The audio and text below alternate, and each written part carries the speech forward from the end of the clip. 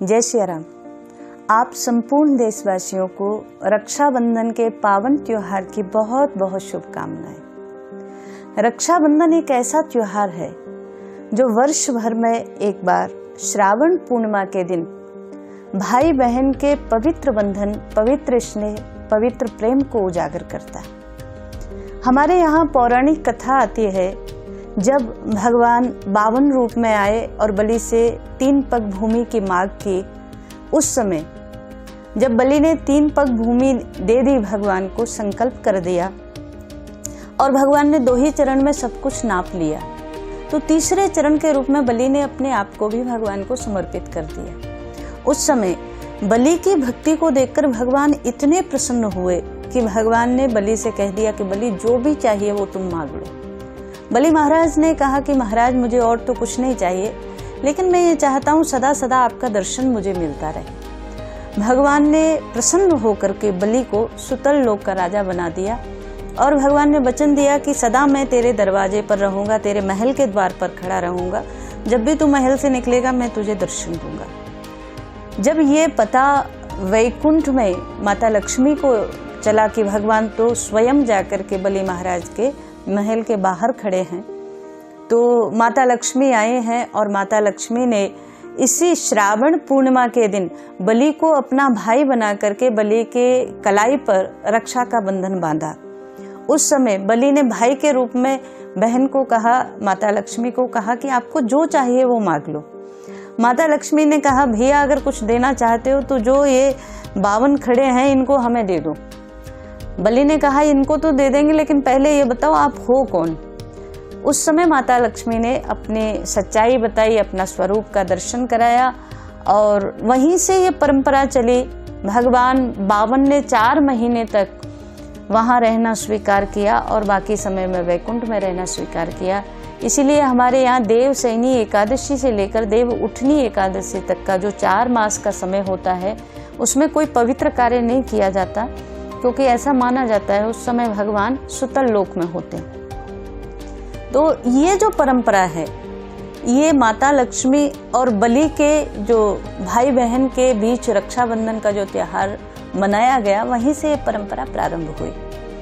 आज भी अद्यतन ये परंपरा प्रत्येक हिंदू के घर में मनाई जाती है, प्रत्येक सनातनी के घर में मनाई जाती है। और हम तो ये देखते हैं कि ये ऐसा पावन त्योहार है। देखिए, भाई बहन का संबंध बड़ा अद्भुत है। ये दोनों एक दूसरे से झगड़े बिना भी नहीं रहते और ये एक दूसरे से प्रेम किए बिना भी नहीं रहते। ऐसा अद्भुत त्याग बहनों का होता है कि अपने भाई के लिए बचपन से खिलौने से लेकर के बड़े होने तक अन्य जो उपहार होते हैं उनको लेकर के, और जब एक दिन पिता का घर छोड़ करके ससुराल में चली जाती है बहन, तो वहाँ भी नित्य प्रति अपने भाई के लिए कुशलता मनाती है। अपने पिता का संपूर्ण धन दौलत ग्रह सब कुछ भाई के लिए देकर चली जाती है और वहाँ ससुराल में बैठकर भी अपने मन से बस यही चिंतन करती है कि मेरा भाई कुशल रहे, ठीक रहे, समृद्ध रहे। तो बहन भी अद्भुत त्यागी है और ये रक्षाबंधन का त्योहार है, ये भाई बहन के इसी त्याग, इसी प्रेम को प्रदर्शित करता है। इस बार रक्षाबंधन हम आप सभी लोग भाव से मनाएं। रक्षाबंधन में किसको राखी बांधनी चाहिए, तो हमारे यहाँ तो कहा गया है जो भी हमारी रक्षा करता है उसको रक्षक मान करके हमें रक्षाबंधन का त्योहार मनाना चाहिए। हम अपने इष्ट देव को भी राखी बांधें, जिसको भी आप मानते हैं, राम कृष्ण जिनको भी आप मानते हैं अपने इष्ट के रूप में, उनको भी एक राखी अवश्य बांधें, क्योंकि परमात्मा से बड़ा रक्षक तो कोई होता ही नहीं है और वो सबसे बड़ा हमारा रक्षक है। दूसरी राखी अपने गुरु को भी बांधें और गुरु को जब रक्षाबंधन के दिन आप राखी बांधें तो ये अवश्य मन में संकल्प लें कि गुरुदेव आपको गलत रास्ते पर जाने से रोकें और वो आपको शुभ दिशा दें। इस रूप में गुरुदेव को भी रक्षाबंधन के दिन राखी बांधें।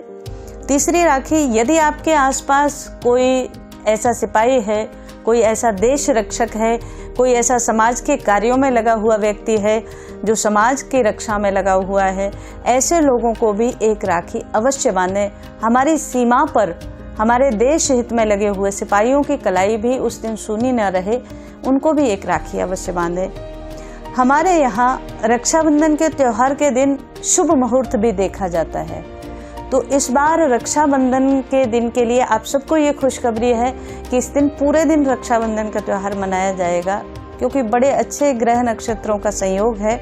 लगभग 12 घंटे 13 मिनट तक ये संयोग है। आप पूरे दिन राखी बांध सकते हैं। और इस दिन सुबह लगभग 5:50 से शाम के 6:02-3 तक ये शुभ मुहूर्त है। आप आराम से इस समय में अपने भाई की कलाई पर रक्षाबंधन करें, भाई के मस्तक पर तिलक करें, आरती उतारें और अपने जो सनातनी संस्कार हैं उसके अनुसार रक्षाबंधन मनाएं। रक्षाबंधन के दिन जब आप अपने प्रेम का धागा, अपने स्नेह का धागा अपने भाई की कलाई पर बांधें और अपनी रक्षा के लिए संकल्प लें, उस समय भाई से एक संकल्प ये भी लें कि वो केवल आपकी ही रक्षा ना करे, वो समाज में उन बहनों की भी रक्षा करे जिनके या तो भाई है नहीं या किसी कारण से समाज के दरिंदगी में वो लोग फंस गए हैं और ऐसे में कोई सहायता करने वाला नहीं है। कितनी कितनी घटनाएं हम रोज सुनते हैं। तो कहीं भी किसी भी बहन के साथ अपमानजनक कोई घटना ना हो, उसमें भी आपके भाई जितना भी कर सकते हैं, वो प्रत्येक बहन को ये अपने भाई से संकल्प लेना चाहिए कि वो दूसरे की बहनों की भी रक्षा करें, उसके लिए भी आगे आएं, क्योंकि ये देश देवियों का देश है। हमारे यहाँ नवरात्रि के रूप में वर्ष में 2 बार कन्या पूजन होता है, 2 बार गुप्त नवरात्रि हमारे यहाँ पड़ती हैं। तो उस रूप में हम यहाँ प्रत्येक बहन का सम्मान अपने भाई से मांगें, केवल अपने घर तक नहीं, बाहर भी वो सब बहनों का सम्मान करें। उस रूप में रक्षाबंधन का त्योहार मनाएं। आप सभी लोगों को एक बार पुनः रक्षाबंधन की बहुत बहुत शुभकामनाएं। जय श्री राम।